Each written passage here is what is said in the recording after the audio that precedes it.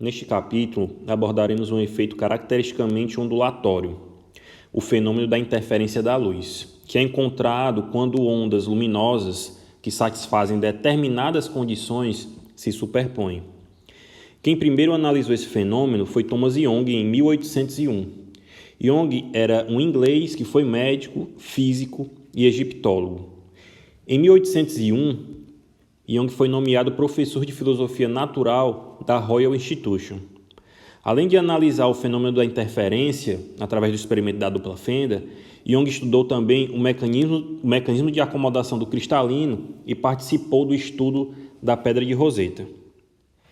O experimento da dupla fenda, proposto e realizado por Young, foi fundamental para demonstrar a natureza ondulatória da luz. Até então, existiam teorias concorrentes a respeito da natureza da luz, uma corpuscular, criada por Newton, e outra ondulatória, defendida por Huygens. Essas teorias elas existiam desde o século XVII. Numa análise inicial para ondas na superfície da água, Young observou que quando as elevações se encontravam em um determinado ponto, o resultado eram elevações maiores, e que se a elevação de uma onda na água encontrasse a depressão da outra, o resultado era o desaparecimento de ondulações naquele ponto. Young afirmou ainda que o fenômeno observado para ondas mecânicas na água também ocorria de maneira semelhante para a luz quando porções de luz se juntavam. Ele chamou isso de lei geral da interferência da luz. Ok, mas como o experimento da dupla fenda foi realizado? Para conseguir que as porções de luz interferissem entre si, Young usou uma fonte pontiforme de luz, vocês estão vendo aqui a fonte F na figura 3.1, para iluminar o anteparo opaco A, onde existiam dois pequenos orifícios muito próximos, um orifício em P1 e um orifício em P2. O resultado da interação entre a luz proveniente de P1 e P2, ao invés de ser a soma das iluminações dos dois orifícios, o que foi observado foi um padrão constituído de franjas brilhantes e escuras, que foram posteriormente chamadas de franjas de interferência, que vocês podem observar nessa segunda figura do lado direito. Ainda analisando a figura 3.1, nós observamos que a luz proveniente dos pontos P1 e P2, elas possuem um caminho óptico diferente. A luz que passa por P1, ela percorre o trajeto P1-P. E a luz proveniente de P2, ela percorre o trajeto P2-P. Então, a partir daí, nós podemos intuir ou inferir que o resultado observado no anteparo O, ele vai depender da diferença de caminho óptico entre a luz proveniente de P1 e a luz proveniente de P2. Para continuar nossa análise, precisamos de uma representação matemática do sinal luminoso. Nós já sabemos de disciplinas anteriores que a luz é uma onda eletromagnética transversal constituída por um campo elétrico e um campo magnético variáveis, perpendiculares entre si e entre a direção de propagação. Nessa abordagem inicial, não precisamos considerar o caráter vetorial dos campos. Vamos lembrar também que a amplitude do campo elétrico na onda eletromagnética é superior à amplitude do campo magnético por um fator de 100 milhões. E vamos assumir uma luz monocromática. Desse modo, nós podemos representar o sinal luminoso através de uma função de onda escalar análoga ao campo elétrico da onda. Na equação 3.2, a função escalar x de t é a parte real da função complexa ni de x vezes e elevado a menos i ômega t. A notação complexa é utilizada com o intuito de simplificar a nossa análise, certo? Ni de x é uma função associada ao formato ou perfil da onda, e o caráter monocromático da onda luminosa é representado por uma frequência angular de oscilação ômega constante. Aqui logo abaixo, nós temos a representação de Ni para uma onda plana. Desse modo, o produto de Ni de x, vezes E elevado a menos I ômega t vai ficar igual. Aí aqui você vai ter que usar a equação de Euler, certo? Então vai ficar igual a que multiplica o cosseno de k escalar x menos ômega t mais delta, mais, deixa eu ajeitar aqui, mais I seno de k escalar x menos ômega t mais delta. Primeiro termo da equação é a parte real da solução, ou a parte real do produto de Ni de x vezes E elevado a menos I ômega t. E o segundo termo, I vezes o seno da fase, é a parte imaginária.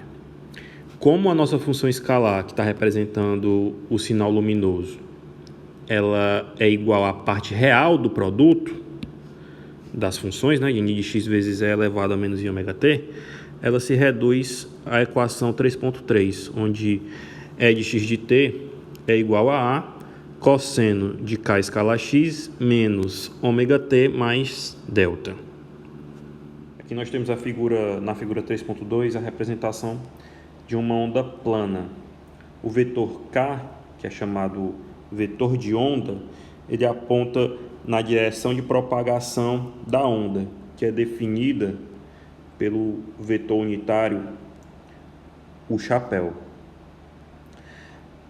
Aqui à direita, nós temos as equações que nós apresentamos no slide anterior. Ni de x, né, que é a função de onda para uma onda plana, e a função escalar é x de t, que representa o nosso sinal luminoso, onde A é a amplitude real da onda e A vezes E elevado a I delta é a amplitude complexa. O termo entre parênteses, né, K escalar x menos ômega t mais delta, é a fase da onda, onde K é o vetor de onda, né, que dá a direção e sentido de propagação da onda luminosa, do sinal luminoso, cujo módulo é dado por essas expressões aqui um pouco mais à direita. A primeira equação que você pode utilizar para obter o módulo do vetor de onda é a razão entre a frequência angular da onda e a velocidade da fase, né? Que é igual também ao índice de refração do meio vezes a razão entre a frequência angular e a velocidade da luz. Essa razão entre a frequência angular e a velocidade da luz fornece o que a gente chama de número de onda reduzido, que pode ser obtido também através da razão entre 2π e o comprimento de onda da luz no vácuo. U vai ser o vetor da direção de propagação, como nós dissemos anteriormente, e delta é a constante de fase associada à equação que representa o sinal luminoso. A figura 3.3 ela mostra a representação para uma onda esférica, e as equações 3.4, aqui à direita da figura, mostram o Ni de x, né, a função de onda para uma onda esférica, e a equação que representa o sinal luminoso para uma onda esférica. Vocês percebem que, no caso apresentado para a onda esférica, a amplitude ela vai cair com 1 sobre R, né, e as frentes de onda vão ser esferas com o centro em F, onde fica localizada a fonte de emissão das ondas. Como relacionamos a intensidade da luz com a função de onda associada X de t? Bem, pessoal, a intensidade da luz está relacionada com a energia que atravessa um elemento de área por unidade de tempo, assumindo que a direção de propagação é perpendicular a esse elemento de área. Para uma onda eletromagnética, a densidade de energia é proporcional ao quadrado de E, de acordo com as nossas considerações, né? Logo, a intensidade luminosa também é proporcional ao quadrado da função escalar x de t. Então, nós temos a intensidade da onda luminosa como sendo a densidade de energia eletromagnética dividida pela variação do tempo vezes um elemento de área, né? Bem, mas nós acabamos de lembrar que a densidade de energia eletromagnética ela é proporcional à função x de t ao quadrado. Utilizando a equação 3.3, né, para uma onda plana, nós temos que a densidade de energia eletromagnética ela vai ser proporcional a ao quadrado, que multiplica o cosseno ao quadrado de k escalar x menos ômega t mais delta. Essa intensidade varia muito rapidamente com o tempo, de modo que um detetor só registra o seu valor médio temporal, como vocês estão vendo aqui, na figura 3.4. Desse modo, a gente pode dizer que o valor médio da intensidade é proporcional apenas ao quadrado do módulo de Ni de x. Então, no experimento de Young com luz monocromática, a função de onda resultante x de t ela vai ser a parte real do somatório das contribuições provenientes de P1 e P2, né? A contribuição proveniente de P1 é Ni1 de x vezes E elevado a menos I ômega t, e a contribuição proveniente de P2 vai ser Ni2 de x vezes E elevado a menos I ômega t. E a intensidade luminosa no anteparo, I de x, vai ser dada pelo quadrado do módulo da soma de Ni1 de x com Ni2 de x. Lembrando que essas funções, Ni1 de x e Ni2 de x, elas remetem ao formato da onda. Como estamos considerando o valor médio para a intensidade luminosa na 3.8, o fator temporal E elevado a menos I ômega t vai ser omitido da nossa análise. Então, nós vimos na equação 3.8 que a intensidade luminosa I de x era igual ao quadrado do módulo da soma de Ni1 de x com Ni2 de x. Essa era a equação 3.8. Nós agora vamos representar Ni1 de x pelo módulo de Ni1 vezes E elevado a I φ1 e Ni2 de x vamos representar pelo módulo de Ni2 vezes E elevado a I φ2. Com essa nova representação para Ni1 e Ni2, nós vamos substituir na 3.8 e obter a 3.9, onde Ni, ou melhor dizendo, onde φ1 ou φ2 vai ser dado pela constante de fase mais o produto escalar de K e X. Fazendo essa substituição na 3.9 e resolvendo o quadrado do módulo da soma, que é apresentado na 3.9, multiplicando Ni1 vezes E elevado a I φ1 mais Ni2 vezes E elevado a φ2 pelo complexo conjugado dessa soma, nós obtemos a 3,10. Vamos lá abrir essa conta. Bem, então nós vamos partir da 3,9, que dá a intensidade luminosa, né, como sendo o quadrado do módulo dessa função complexa aqui. Vamos chamar essa função complexa de z de x, certo? Eu quero só explicar um negócio para vocês antes da gente continuar. Se a minha função complexa, se eu tenho uma função complexa z de x e quero calcular o quadrado do módulo dessa função, eu tenho que multiplicar o complexo conjugado dessa função pela própria função, certo? E é isso que a gente vai fazer aqui para a equação 3,9. Então vamos lá. Vai ser I de x igual. Quem é o complexo conjugado dessa equação, né? Essa função complexa? Vai ser o módulo de n1 vezes E elevado a menos I φ1 mais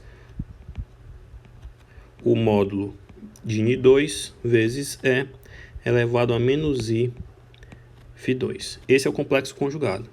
Vezes a função, que é n1 vezes E elevado a I φ1 mais n2 vezes E elevado a I φ2.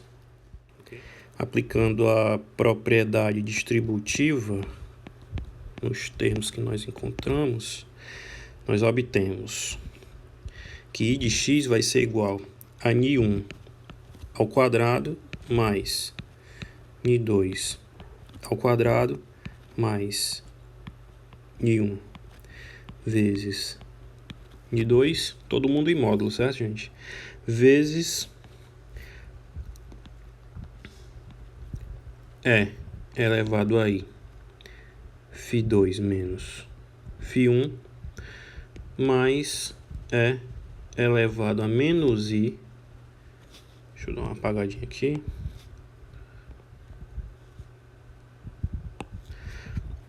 Mais E elevado a menos I, que multiplica φ2 menos φ1. O termo que aparece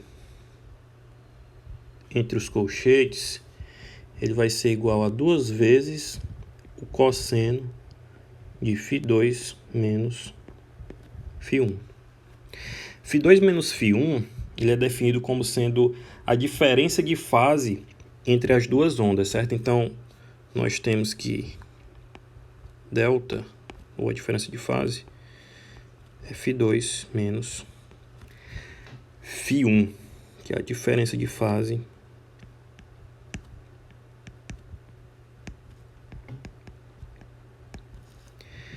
entre as duas ondas.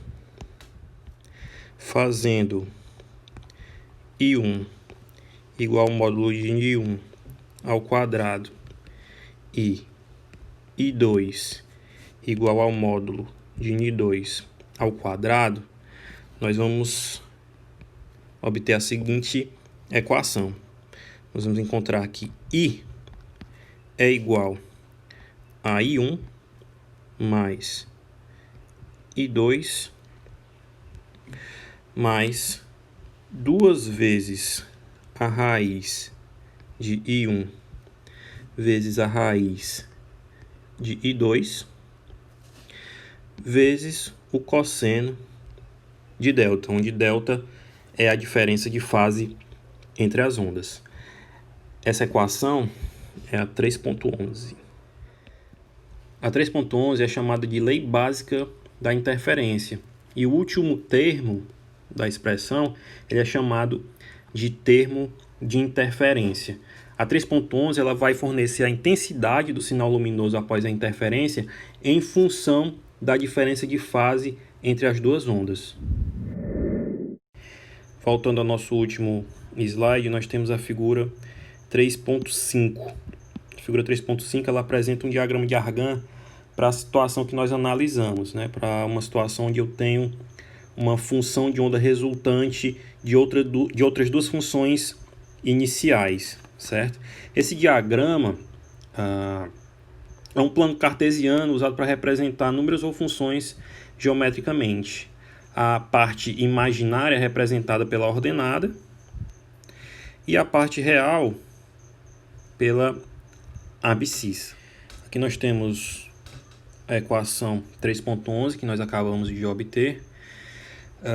Como dissemos anteriormente, essa expressão ela fornece a intensidade luminosa em função da diferença de fase entre as duas ondas que interferem.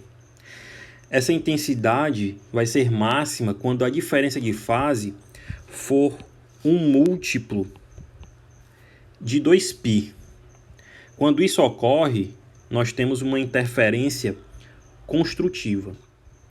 E a intensidade vai ser dada pelo quadrado da soma da raiz de 1 com a raiz de I2. A interferência será destrutiva quando a diferença de fase for de meio comprimento de onda, ou seja, quando o delta for dado por 2n mais 1π. Quando isso ocorre, a intensidade resultante é dada pelo quadrado da diferença entre a raiz de 1 e a raiz de I2. Para o caso em que nós tenhamos duas ondas de mesma intensidade, né? Ou seja, para o caso em que I1 é igual a I2, a intensidade da franja clara será 4 vezes o valor de I1 e a franja escura fornecerá um valor nulo para a intensidade luminosa. O fenômeno da interferência é um fenômeno puramente ondulatório. Não seria possível explicar esse tipo de fenômeno utilizando uma teoria corpuscular para a luz, ok? E aí a gente encerra a aula de hoje com essa frase que aparece no final desse tópico no livro do Moisés. É particularmente intrigante que luz mais luz possa resultar em escuridão. Bem, pessoal, é isso. Até a próxima aula.